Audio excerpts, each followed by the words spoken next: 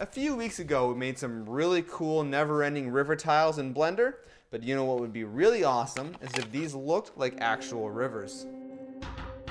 If you want to see the video where I show you guys how to make these things in Blender, I'll put a link to that in the description below. Or if you want to take the easy route, I'll put a link to my Etsy store. You can pick up a set of about 10 of these STL files for just a couple of dollars. When it comes to these river tiles, there is a correct order of operations. If you do things wrong, you'll end up with a bit of a sludgy mess. So I'm going to start with this piece of contractor's paper right here. What I'm going to make first are little bits of grasses that are sticking up in the river. How I'm going to do that is start by putting down a little bit of gel super glue on this paper, and the gel part, that is important. Then I have some of this field grass from Woodland Scenics. I'm going to cut this down to the length that I want the grasses to be and stick a small bunch of it in the super glue. Then I will hold it there for about 10 seconds. Repeat this process then for each of the grass stands that you're going to need. And one great way to ruin your day is to actually get your hands in the super glue, because it'll make building more of these things a lot more difficult. For purposes of priming, it doesn't matter a whole lot about what type of primer you're going to be using. I've got a gray automotive spray primer, but the key thing here is just want to make sure to choose a primer that's not going to cause any issues with whatever paint you're going to end up using to kind of paint these terrain pieces. My spray primer is dry, so I'm going to apply a very basic coat of a liquid pigment to each of these two pieces. The exact color kind of depends on what you're going for. I'm putting down a green undercoat because most of the banks are going to be flocked green eventually. For the actual riverbeds themselves, I'm going to be putting down some real dirt because I think that might look kind of cool. So I'm just going to not even wait for the pigment to dry. I'm just going to throw down some glue and drop the dirt on it. Now this is the only part of flocking I'm putting on right now. I'm not putting down anything on the actual banks. And for good measure, I'm going to mix in a little bit of black walnut shavings. You only want to put down stuff that's going to be completely covered with the water at this point. Now you're going to have to think ahead a little bit because we're about to do a resin pour to add a bit of a water effect to the river beds. Now the color of whatever your river is going to be can come from one of two sources. One, it could be the riverbed itself, and if that is the case, you're going to want to apply some sort of tint or coloring to the bed of your river if you want it to be something other than the brown dirt we just applied down there. You can do that with some sort of wash or a dye or something like that. Alternatively, you can apply a dye straight to the resin and have that be the main color of your river. One important note, depending on what type of resin you're using, I've got a type over here that's commonly used for countertops and woodworking, and even though it's mostly translucent, it does have a bit of a yellow tint to it. So if you're going to go the route of having the color be applied by whatever the riverbed color is, you may want to factor in that slightly yellow tint into that process. Otherwise, it may get a result that's a little bit odd. The last thing you need to have is a nice level surface. I've got right over here a piece of MDF, which is a type of wood commonly associated with that crappy IKEA style furniture. It's an old piece from a knockoff IKEA furniture piece. Those things are nice and flat, but they also got to be level.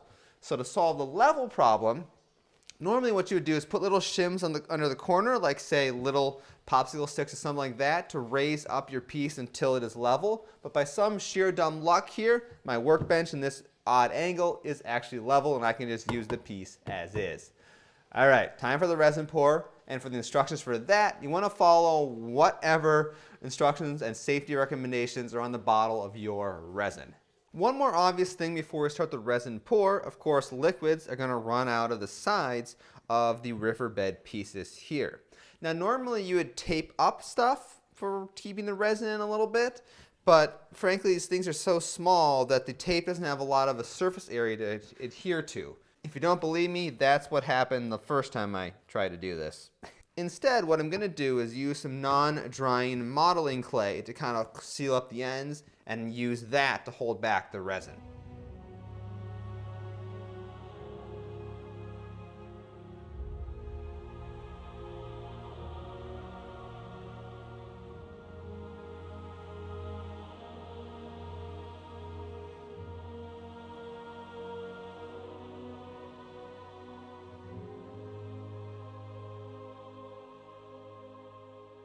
Once the resin is in the riverbeds, now is the time to add any details to the water effects itself, such as rocks, sticks, or in our case, those tiny little tufts of grass we made back at the start of this build video. I simply cut them away from the contractor paper that we built them on. I apply some more super glue not only to the bottom of them, but also around the base of the grass, and stick it in the resin, and hopefully things worked. And 3 out of 4 ain't bad. I held the 4 fingers, you get the idea.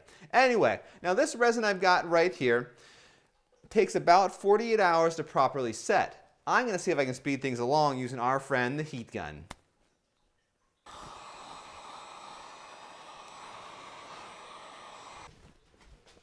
In case you're wondering if the heat gun was a good idea, it wasn't. Not only did it not actually help the resin cure any faster, but it actually singed some of the little wild grass terrain effects that I've put in the water here.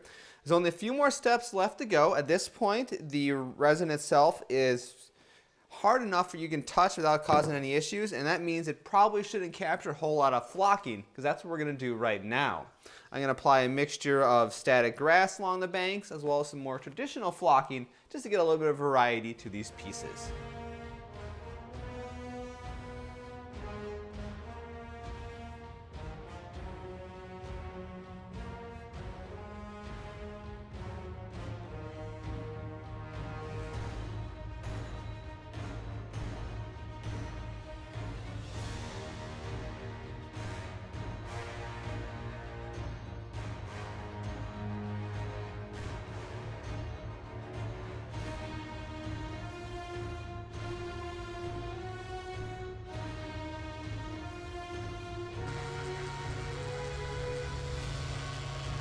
I did notice one issue that I didn't catch earlier, it's important to note, is when building the clay walls for holding back the resin, at least on this tile here, the wall's pushed in a little bit relative to the end of the tile, which caused, well, the water doesn't quite go up to the end, and it doesn't super look awesome when the two pieces kind of meet together, but it's close enough.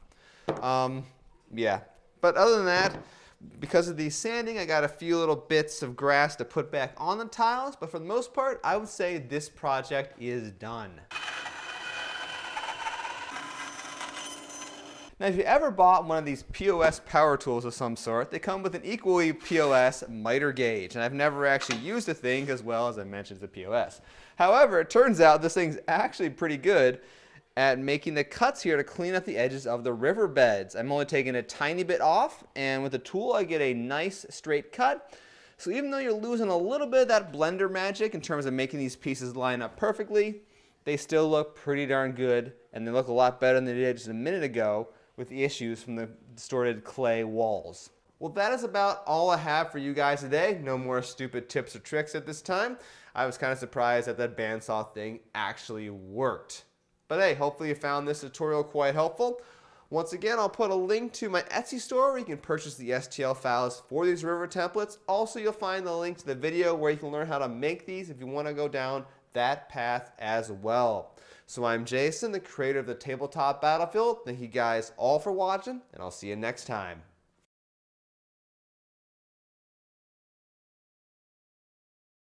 Okay, I lied. One more little fun little trick for you guys, because something I screwed up a couple times in this video. If you spill resin dye on your workbench, go ahead and clean it up right away. Don't tell yourself that you're going to remember it's there and you'll clean it up later. Otherwise, if you do that, it will end up in your hands multiple times.